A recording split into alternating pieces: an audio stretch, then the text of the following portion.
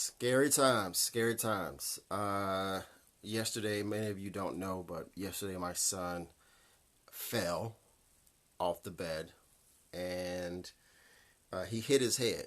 Now, when he hit his head, he started to cry, and then eventually he tried to cry, and it was just silence. Like he couldn't breathe, he couldn't do anything. So my wife went and picked him up, and then he kept trying to cry. He stopped breathing, and then he just went limp. And usually, or the last time this happened, it was probably 2 years ago. My wife tried to put water on his face because this happened when he was 6 months old, also. And the ambulance came like 2 years ago, and they told us, it wasn't nothing too serious. So we said, okay, we won't go to the hospital. But then this time, he went limp, and he didn't wake back up. So he went limp. He tried to wake back up, and then it was just.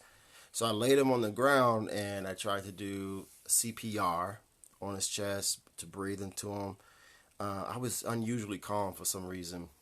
And then after a couple of puffs, I breathed into him, and then he woke back up and he started crying. And I read online that he doesn't have to go to sleep. Sometimes he do. It's trust your instincts. And I said, okay, well, I'll just trust my instincts. We'll just see how we'll just check on him every few hours to see how he's doing. And then my wife calls, I don't know, the pediatrician, and I guess she told her to go to the hospital just to be sure to check.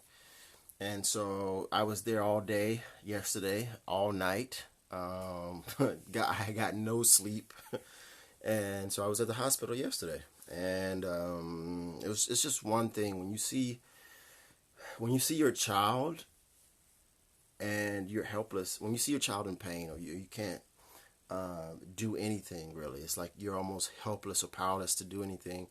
It's just one of those. It's just a bad feeling.